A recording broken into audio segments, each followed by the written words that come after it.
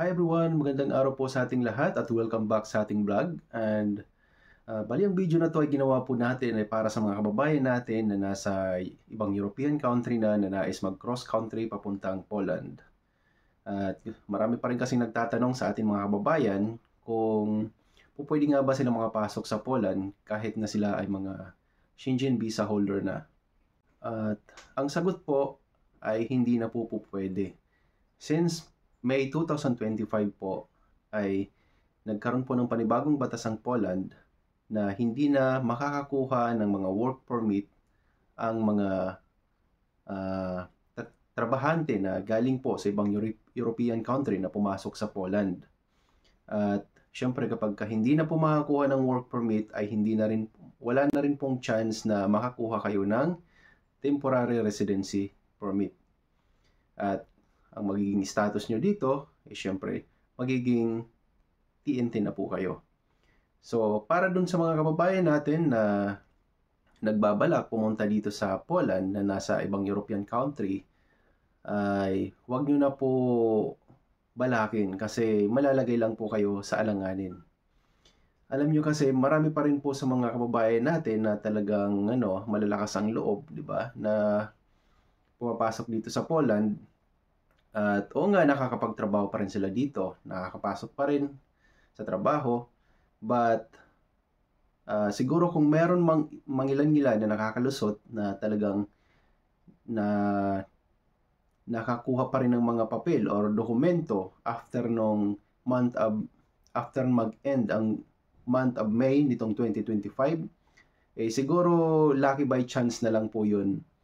Pero ang advice ko po sa mga kababayan natin na manggagaling sa ibang European country at nais nga magtrabaho dito sa Poland ay iwasan po natin yung mga illegal na pagpasok dito sa Poland. Alam niyo kung bakit? Kasi dyan po nagsisimula yung pag-abuso sa mga katulad natin, mga immigrant. Kasi yung ibang mga illegal na agency ay inaabuso nila or sinasamantala nila yung kahinaan ng mga immigrant. Like for example, TNT ka nga dito. So, baka hindi natin masabi kasi syempre marami din namang mga agency dito na talagang marunong magsinungaling. Ba? So, magaling magsinungaling. Paasahin ka na matutulungan ka na makakuha ng work permit or di kaya kung may work permit man siguro baka fake na work permit yon, lalo na kung hindi po tayo marunong mag-verify ng ating work permit at paasahin tayo na nai-apply na for TRC or temporary residence permit. So ang iba sa mga kababayan natin dito ay iniipit ng mga employer kasi nga may mga trabaho dito na sabihin na natin mahirap na trabaho at halos walang mga lokal or mga ibang lahi na gustong pasukan yung trabaho na yon dahil nga mahirap. Kung ikaw ay TNT, wala kang choice kundi magtrabaho. At sigurado doon kayo papasok ng mga illegal na mga agency or recruiter dito sa Poland. Kasi yan yung mga trabaho na kailangan. Or di kaya naman ay minsan dadalhin ka doon sa mga seasonal job. At after 3 months ng trabaho mo ay iiwanan ka na lang basta. Diba? So, mag-ingat po tayo mga kababayan.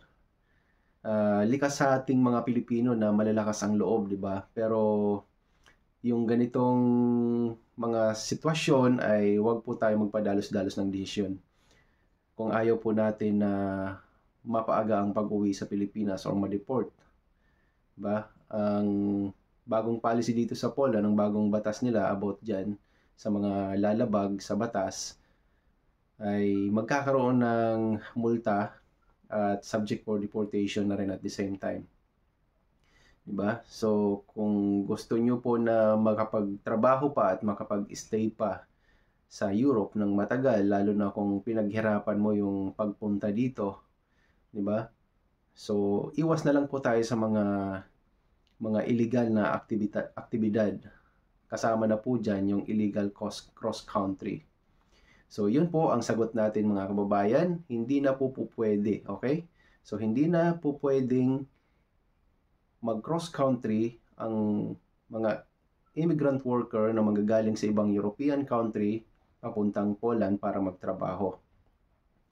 At yun nga po ang dahilan. Makapasok ka man, sabihin na natin nag-tourist ka, kasi po pwede nga naman makapasok dito kahit tourist ka lang, at magtrabaho ka dito, nandun po, malaki po yung chance na hindi ka na talaga makakuha ng work permit. O kung meron man, baka picky yung bigay sa inyong work permit ng inyong recruiter or agency. At higit sa lahat, lalong hindi ka na makakakuha ng TRP or Temporary Residence Permit. So, ang status nyo ay magiging TNT at pag nahuli kayo ng mga pulis or border police, ay sigurado deport agad kayo. Okay? So, yun lang po mga kababayan ng ating video. Huwag na natin pahabain pa. Kung meron pa kayong mga katanungan, mag-comment lang po kayo sa ating video at sasagutin po natin yan sa abot ng ating makakaya. And muli, maraming salamat sa panonood and see you in our next video.